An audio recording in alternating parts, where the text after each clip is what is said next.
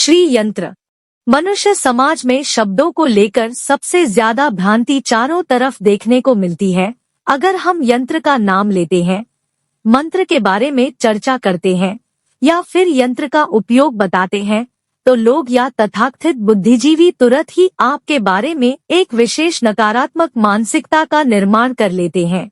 इसमें बहुत कुछ दोष उन ठगों और तथाकथित आध्यात्मिक संस्थानों और धर्म के ठेकेदारों का भी है, जो कि प्रत्येक विद्या के शून्य मात्र ज्ञान के अभाव में भी प्रवचन देते हैं, अध्यात्म को स्वयं की महत्वाकांक्षा पूर्ति का साधन समझते हैं। परंतु एक बात स्पष्ट रूप से समझ लीजिए, किसी विद्वान ने ठीक ही कहा है, जब तक लोग मूर्ख बनते रहेंगे, मूर्ख बनाने वाले भी पैदा होते रहेंगे। ऐसा आदिकाल से चला आ रहा है और आदिकाल तक हमेशा चलता रहेगा।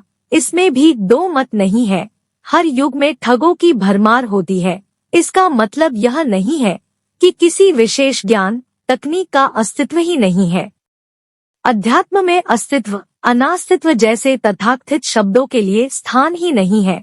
जो कल था वह आज है, कल भी रहेगा। ब्राह्मण लीलाधारी क्रिया से भरा हुआ है। आपक स्वयं पहचानना होगा। जब आप सत्य पहचानने के लिए या समझने के लिए अंदर से उठेंगे, तो ईश्वर कृपा से मार्ग में आए अवरोधों को हटाने वाले भी स्वयं ही उत्पन्न हो जाएंगे। अस्तित्व और अस्तित्व शून्यता व्यक्ति विशेष की मानसिक स्थिति या साक्षात्कार पर निर्भर होती है।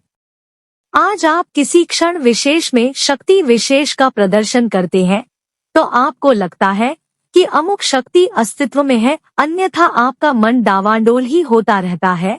यह आपका सौभाग्य है कि आपने शक्ति विशेष से साक्षात्कार प्राप्त किया, परंतु यह जरूरी नहीं है कि आपके परिवार या मित्र भी उस शक्ति विशेष का आश्रय पालें, चाहे वे आपके साथ ही क्यों न खड़े हों। सभी तांत्रिक हैं, सभी मंत्र पर निर्भर हैं एवं सभी मंत्र शक्ति का उपयोग कर रहे हैं।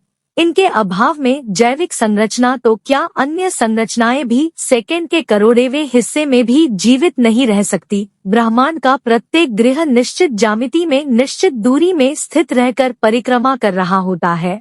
प्रत्येक कोशिका का छोटे से छोटा हिस्सा भी अणु परमाणुओं के निश्चित क्रम से आबद्ध है।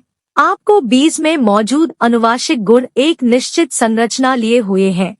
सद्गुरु देव ने ठीक ही कहा है, जीवन में सब कुछ निश्चित है। आपकी आशुवांशिकता में या फिर प्रत्येक जैविक संरचना की अनुवांशिकता में परिवर्तन इतना निश्चित है कि समय आने पर शरीर की प्रत्येक कोशिका स्वयं कार्य करना बंद कर देगी। जन्म होते से ही प्रत्येक क्षण आने पर कोशिका एक निश्चित स्वरूप धारण करती जाएगी। जैविक तकनीक में परमता है, परमतत्व की उपासना इसीलिए गुरु मंत्र में की जाती है। जैसे जैसे विज्ञान अपने कदम बढ़ाते जा रहा है, वैसे वैसे लोग वेदों और ऋषियों की वाणी बोलने लगे हैं। जैसे जैसे अनुवांशिक विज्ञान में शोध होते जा रहे हैं, पाश्चात्य सभ्यता मंत्र, तंत्र और यंत्र के प्रति नतमस्तक होती जा रही है। शक्ति मनुष्य की प्रारंभिक आवश्यकता है। शक्ति को आप देव कहते हैं, देवी कहते हैं, एवं इस शक्ति को आप अपने लिए विशेष लक्ष्य की प्राप्ति हेतु उपयोग करना चाहते हैं और करना भी चाहिए। उसके लिए आपको तकनीक की आवश्यकता पड़ेगी। तकनीक का निर्माण यंत्र की उत्पत्ति करेगा। बिना यंत्र के तकनीक हो ही नहीं सकती। ब्रह्मांड में मौजूद चेतना को अगर पंचभूतों का शरीर न प्राप्त हो तो फिर सब कुछ अद्वैत ही होगा। शरीर की आवश्यकता तो आवश्यक है। शरीर के माध्यम से ही शक्ति परिवर्तनकारी हो सकती है। यंत्र को आप शरीर के रूप में अच्छी तरह समझ सकते हैं। शक्ति का निर्माण मनुष्य नहीं कर सकता, कदापि यह संभव नहीं है। हाँ, पर तकनीक और यंत्र के सहारे वह उसे समायोजित कर सकता है, उसकी तीव्रता घटा या बढ़ा सकता है, उसे कार्य विशेष या लक्ष्य सिद्धि के लिए उपयोग कर सकता है। आपके मस्तिष्क के अग्रभाग में दोनों तरफ समस्त गणनाओं के कार्य संपन्न होते हैं। इन दो हिस्सों के अलावा तीसरा हिस्सा तो उपलब्ध नहीं है, परंतु तकनीक और कंप्यूटर रूपी यंत्र के सहारे आप तीसरा क्या चाहे जितना गणना संबंधित कार्य कर सकते हैं। ऐसी अद्भुत शक्ति आपके जीवन में उपलब्ध है, जिसके द्वारा आप मस्तिष्क की प्रत्येक क्षमता को बाहरी आयाम देकर असंख्य गुना बढ़ा सकते हैं। यही यंत्र का महत्व है। ठीक इसी प्रकार आपके अंदर उपलब्ध अनेकों संभावनाएं आध्यात्मिक तौर पर मंत्र, तंत्र और यंत्र के द्वारा बढ़ाई जा सकती है। प्लीज लाइक एंड शेयर, और अगर आप चैनल पे नए हैं तो सब्सक्राइब जरूर कर लें।